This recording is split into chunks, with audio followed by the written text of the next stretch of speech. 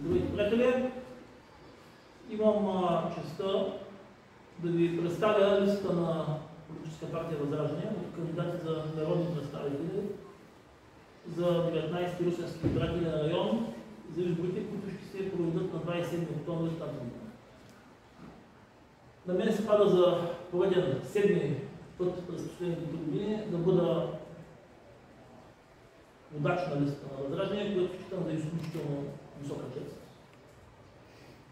Този път в нашата листа ще има известни размествания, тъй като партията, която представлявам, както виждате, се разгръща и става все по-голяма сила и е редно да се даде шанс на нови лица да придобият съответния политически опит и да бъдат лансирани в управлението, които рано или неминуемо, водената от председателя доктор господин Костадинов, единствена национална организация, ще поеме в страната.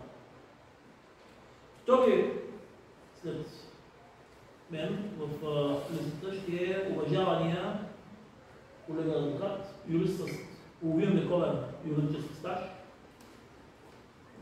господин Георги Димитров Георгиев, дългогодишен председател на районния съд в Русе от периода 1972 до 1986 година, заместник председател на окръжния съд от 1986 до 1992 година, административен съдия в Силистренския административен съд до 2007 година, с опит в Комисията за противодействие на корупцията КОНПИ, като инспектор в продължение на 3 години и близо 20 години стаж като адвокат. Господин Георгиев е изключително знаменателно име за града, който с своя професионален житейски опит може да бъде изключително полезен в вашата на кадри на Народно събрание, където все по-често ставаме свидетели на прокарване на редица безумни, лобистки и откровено антибългарски законопроекти. Трети в листата е Виолета Красимирова, която е дясно от нас. Тя е съдебен експерт по съдебни експертизи, майка на 3 деца. Ние знаем, че приоритет на нашата партия е борбата с демографската криза, справянето с демографската криза, тъй като България е на прага на демографски колапс. С въздигането в култ на майчинството и прокарването на политики за защита на децата, ние отправяме и едно послание и една посока за развитието на нашата страна в бъдеще. Четвърти в листа ще е Симона Дианова Георгиева, тя е най-младият кандидат за народен представител от нашата листа, на 26 години, спортен менеджер, управител на фитнес студио, пети е кадровия военен Костадин Георгиев, който е управител на предприемач, управител на предприятие, свързано с възстановяване на стопанинската класа с цяла мрежа от техници от страната. Шести ще е господин Богомил Станчев Тодоров, българин, който се завърна специално от Соломон след 22 години миграция там, дом баща на 3 деца и дядо на 6 внука. И един правник. Седми ще е главният фелчер на град Дяково Ивайло Казанов. Осми е заместник председателят на общински съвет в Русе Христо Кирилов Попов. Девети Стефан Динов, също предприемач. Девети, десети е Тодор Савов, един от нашите най-гейни активисти, който в момента е на работа. Изключително изкусен майстор, слугар и гразист, който занятие е почти на отмиване, за съжаление, в нашите дни. Един от нашите най-гейни активисти. 11 е Пламен Иванов Петров, предприемач, който е в сферата на търговия с строителни материали. 12 е Емилия Ангелова Колева, която е управител на общинското предприятие в община Бъргово. За сведение, тази дама е завършила висшето образование в Санкт-Петербург. Едно време Ленина. Изключително ерудирана, образована жена с визия за управление на малките общини и на обезлюдяването прилежащите региони. 13 е експертът по сигурност Мирослав Чубезов и 14 на последното скромно място, един от нашите най-дейни активисти, шефът на групата на общинските съветници от Възраждане в Русе, изтъкнатият борец срещу корупцията на всички нива на общинско и държавно управление, може би автора на най-голям брой петиции, жалби и сигнали срещу безобразията и в съдебната палата, и в общината, и в прокуратурата, и в данъчното, господин Мариан Димитров, който е тук на масата. Мариан Димитров има мисия да продължи до край някои започнати от него инициативи на местна почва. Затова той ще бъде нашият сигурен тюл на местно ниво, който, как да кажа, ако ние все пак отбележим много висока бройка народни представители, което и ще се случи през прогнозите, очакванията и революцията в съзнанието на българина, то Мариан Димитров и водената от него група общински съветници следва да процедурят логистиката на първата фронтова линия, която ние с останалите колеги в Народно събрание на нашата група ще поддържаме. Сега ще дам няколко думи на всеки от присъстващите.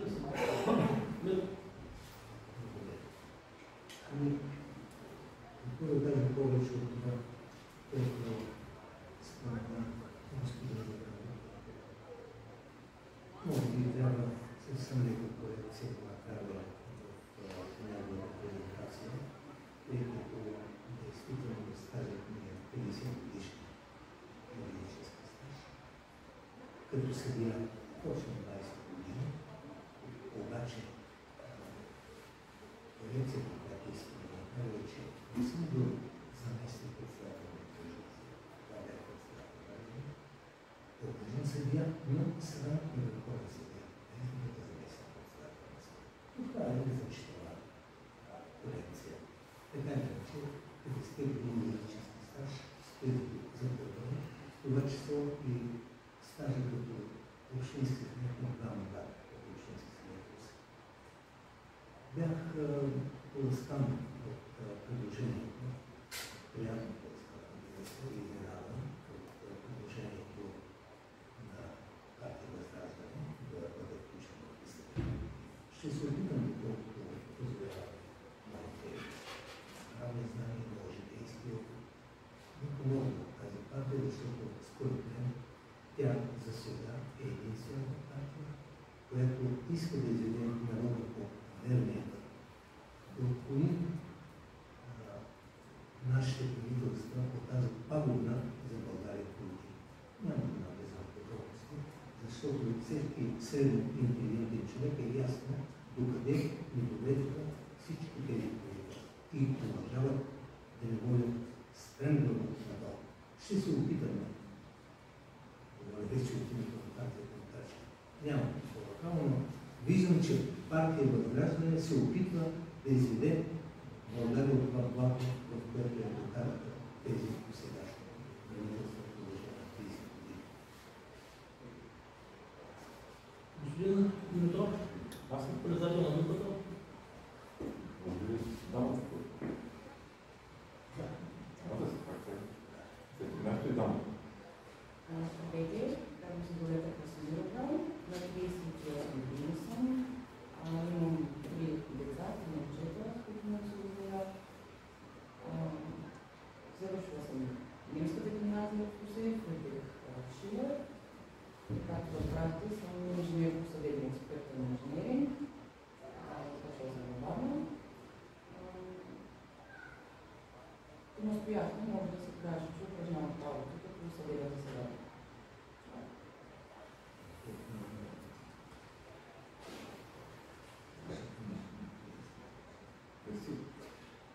Да си чудя дома. Много да разказвам. Така. Тази кампания и след това се опитам да докажа, че автомобил може да кара в задната седалка. Има работа за вършене, благодаря за доверието, най-вероятно оставам се и ще свърша тук работа до края на мандата, защото има нужда от много корекции в общинския свет, има нужда от натиск върху управляващите, за да се променят нещата проекция на влияние, ако използваме морската терминология, злата не е прекача, а си пласкача. И така може да се каже. Аз цитирах Маргарет Тачър, но това е друга тема. Други две знакови лица. Казвам се Костадин Георгиев, общински съветник съм, член съм на комисията за борба с корупцията, както и член на комисията за комунални дейности и автотранспорт на град Русе. Завършил съм средно военно училище, практикувал съм няколко години като военен, доколкото армията беше в България действаща. Имам висше образование и икономика, не съм практикувал много тази специалност и настоящето имам частен бизнес, който се занимава в сферата на автоуслугите и разработвам сервизи за такива услуги в цялата страна. Мога да кажа, че се направя на 51-то изборите на 51-то Народно събрание. България бе зона на експерименти на всякакви правителства, хора и държави с влияние отвън.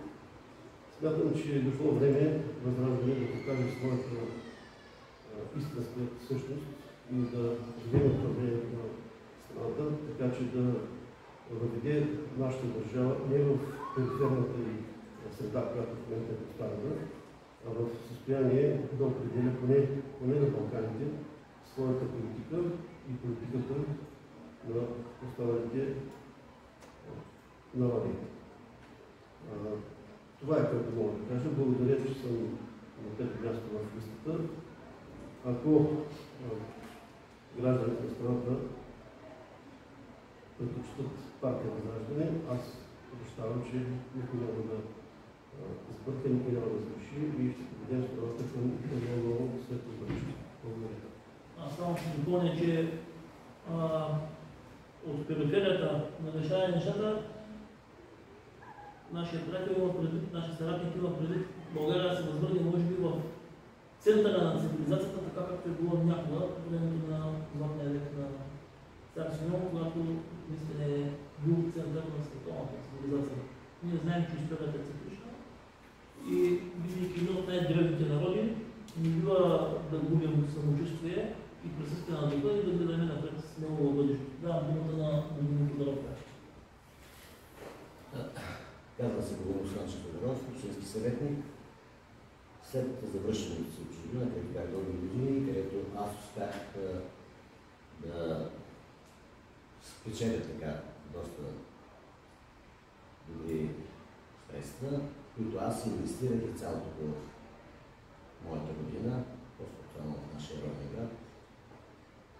И аз работя за Възраждане от 3 години. За мен единствено важно е Възраждане и това е единствената партия, национална революция, която защитава българските национални интереси